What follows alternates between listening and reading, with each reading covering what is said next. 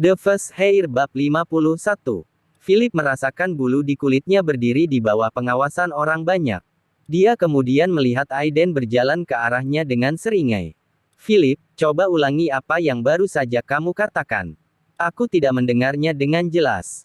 Aiden tampak menggurui. Philip ini sangat suka berbicara dimanapun dia tidak dibutuhkan. Apakah dia tidak tahu tempatnya? Bahkan berani menyemburkan omong kosong seperti itu. Jika aku, Aiden Grant, tidak bisa menyelesaikan ini, apakah sampah seperti dia bisa? Philip cemberut. Setelah beberapa pemikiran, dia menjawab dengan jujur, saya mengatakan bahwa masalah hari ini tidak akan semudah kelihatannya. Mungkin ada penggalangan dana ilegal yang terlibat dalam hal ini, jadi saya tidak berpikir bantuan dari seseorang akan dapat menyelesaikannya. Oleh karena itu, saya ingin meminta bantuan teman. Apakah ada masalah? Mendengar ini, Aiden langsung mendengus. Astaga, kamu benar-benar hebat, Philip. Anda bahkan punya teman sekarang. Mengapa? Merasa seperti bermain pahlawan hari ini. Tentu, mengapa Anda tidak menangani ini? Petik 2. Setelah Aiden berbicara, orang-orang yang lebih tua di sekitar mulai membombardir penghinaan.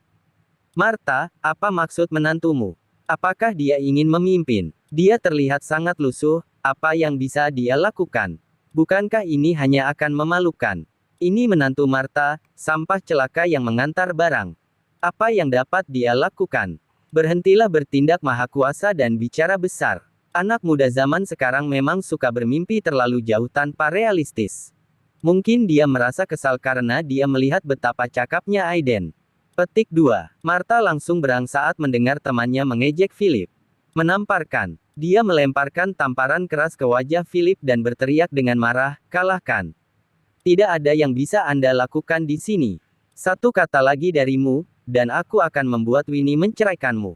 Philippus membeku. Dia bisa merasakan pipinya mendidih. Tatapannya menjadi dingin saat api berkobar di dadanya. Namun, dia tidak bisa menunjukkan emosi apapun kepada ibu mertuanya. Setelah dia selesai memarahi Philip, Martha menarik lengan Aiden meminta maaf dan tersenyum padanya. Adi, jangan dengarkan omong kosong Philip. Apa yang diketahui oleh sampah pemalas seperti dia? Kami masih membutuhkan Anda untuk membantu kami dengan ini. Petik 2. Ini seperti opera sabun di mata orang banyak. Mereka hanya merasa lebih lucu saat mereka menonton. Penghinaan dan ejekan orang banyak menjadi lebih keras pada ini, dan itu membuat Aiden lebih senang. Dia di sini untuk memamerkan kemampuan dan koneksinya dengan calon ibu mertuanya hari ini, jadi bagaimana dia bisa membiarkan Philip mengambil kemuliaan itu darinya? Terlebih lagi, apa hak sampah seperti Philip untuk bertindak di depannya? Pada pemikiran ini, Aiden mengangkat dagunya dan menatap Philip dengan merendahkan. Bukankah kamu bilang kamu bisa menyelesaikan ini? Kemudian, Anda melakukannya. Saya ingin melihat apa yang Anda, Philip Clarke, dapat lakukan untuk menyelesaikan masalah ini hari ini. Petik 2. Philip mengerutkan kening keras. Ketika dia memperhatikan bagaimana ibu mertuanya memelototinya seolah dia ingin menelannya hidup-hidup, dan ekspresi gelap dari semua orang tua di sekitarnya saat mereka mengertakkan gigi, Philip tahu bahwa dia tidak boleh melakukan apapun. Maaf, teman saya punya sesuatu, jadi dia tidak bisa membantu. Lagi pula, mengapa Anda tidak melakukannya?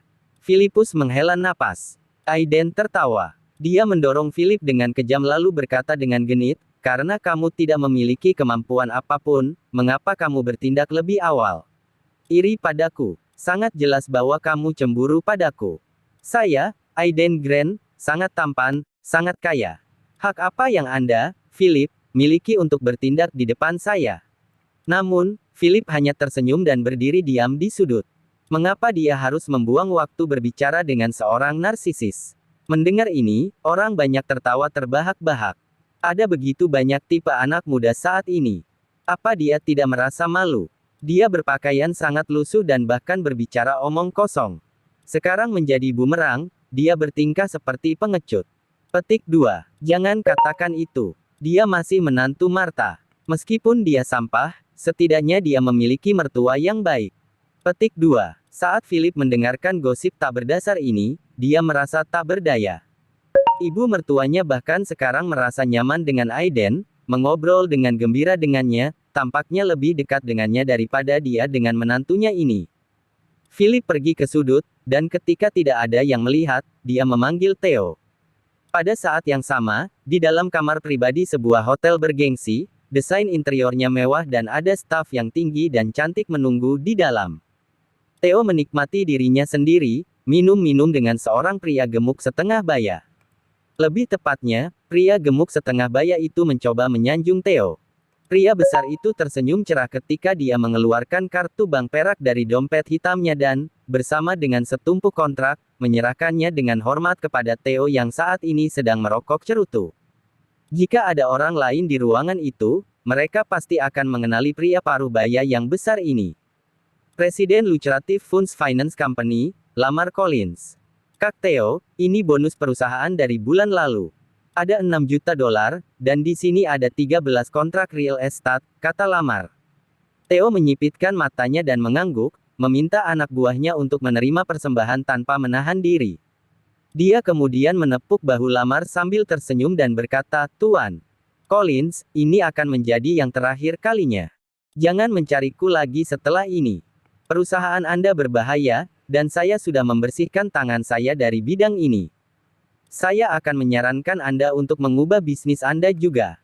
Jika keadaan menjadi serius, Anda mungkin perlu masuk penjara. Petik 2. Lamar menjawab sambil tersenyum, jangan khawatir, Saudara Theo.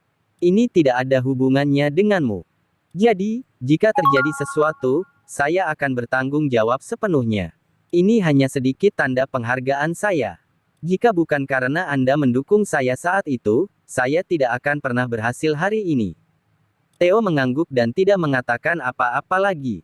Pewaris pertama bab 52. Dia tahu apa yang dilakukan perusahaan Lamar. Dia telah memberitahunya berkali-kali. Namun, industri ini seperti lubang yang tak berujung. Dia hanya akan jatuh lebih dalam dan lebih dalam. Apakah Theo tidak menghubungi beberapa orang untuk membantunya dengan kejadian beberapa hari yang lalu? Bagaimana kita harus merawat klien? Tanya Theo. Lamar tertawa dingin. Itu hanya sekelompok pria dan wanita tua yang tidak berbudaya. Jika mereka tidak ingin berinvestasi, apakah mereka pikir mereka dapat membawa uang mereka ke dalam peti mati bersama mereka? Kata Lamar setelah melihat wajah Theo jatuh. Tidak apa-apa, Theo. Saya tahu apa yang saya lakukan. Mereka semua adalah senior tanpa latar belakang. Petik 2. Ketika dia mengatakan itu, Theo merasa lebih lega. Ketika mereka berdua hendak minum, telepon Theo berdering. Dia melihat ide penelepon. Itu Tuan Clarke. Dalam sekejap, Theo mengangkat teleponnya dengan hormat dan menyuruh Lamar diam. Dia berkata, ini Tuan Clarke. Petik 2. Mata Lamar berkilat tak menyenangkan saat mendengar itu. Theo telah memberitahunya tentang Tuan Clarke sebelumnya. Dia adalah orang yang luar biasa. Dia ingin menjilat dengan dia. Bapak Clarke, apakah ada yang ingin kau katakan padaku? Theo bertanya dengan hormat dan penuh semangat. Di ujung telepon yang lain, Philip berkata dengan tenang, apakah Anda kenal Presiden Lucrative Funds Finance Company?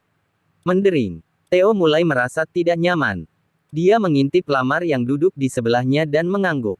Dia berkata, aku tahu. Apa dia menyinggungmu? Itu tidak akan menjadi suatu kebetulan, kan?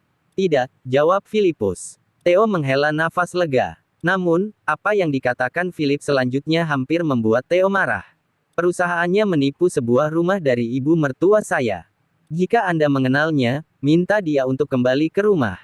Oh, juga, ada sekelompok senior di luar perusahaannya.